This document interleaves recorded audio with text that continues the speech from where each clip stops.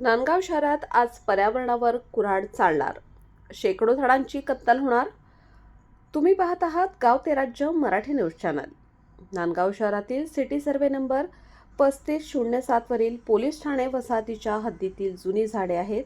लिंब, चिंच, आंबा, पिंपळ अशा अनेक झाडांची अमानुषपणे आज कत्तल होणार असल्याची माहिती समोर येत आहे. नांदगाव शहरातील पोलीस ठाण्यातील हरित क्रांती नष्ट होणार हे स्पष्ट झाले आहे. शहरातील आजूबाजूला मोठमोठे नगर निर्माण झाले. त्यावरील कत्तल केलेल्या झाडांच्या मोबदल्यात किती झाडे लावण्यात आली आहेत? नांदगाव तालुक्यातील वन विभागाच्या अधिकाऱ्यांच्या आशीर्वादाने सरसकट झाडे कत्तल होत आहेत.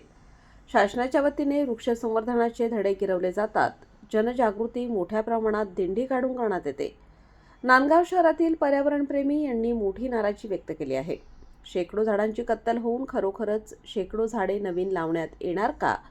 वन विभागाने झाडांचे मूल्यांकन केले आहे का? झाडे तोडणे कामी या कामाची निविदा पार पडली का? शासनाने कत्तल केलेल्या झाडांच्या मोबदल्यात नवीन किती झाडे लावणार आहेत? ही जबाबदारी ठेकेदारांची असेल का शासनाची? मात्र याबाबत उदासीनता दिसून येत आहे. संपादक विजय धामणे, नांदगाव.